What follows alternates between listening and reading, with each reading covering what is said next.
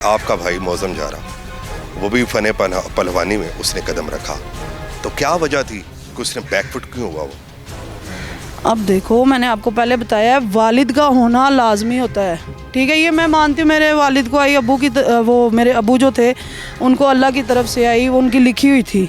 ठीक है, लेकिन जब बाप सिर पे ना हो ना तो आप कुछ नहीं कर सकते, क्योंकि आपको सपोर्ट नहीं है पीछे। मैं मुझे ये बताएं, जब जारा पहलवान की डेथ होती है हार्ट अटैक की वजह से, तो आपकी उम्र कितनी? मैं साल की थी, मैंने उन्हें देखा भी नहीं हुआ। तो फिर माँ ने वो बाप की वीडियोस दिखाई और उनके बारे में बताती रही, और वो बाप के जाने के बाद अब तक की ज़िंदगी कैसे गुजारी और किन हालात में गुजारी, और अपनों की पहचान, गैरों का प्यार आपको कहाँ तक ले आया?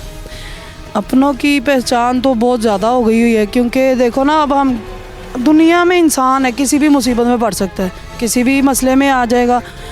आपने जब अपने ही नहीं साथ होंगे तो फिर फ़ायदा क्या उस चीज़ का? बाप होता, अगर मेरे वालिद आज होते तो ये सब के सब यहीं पे होते।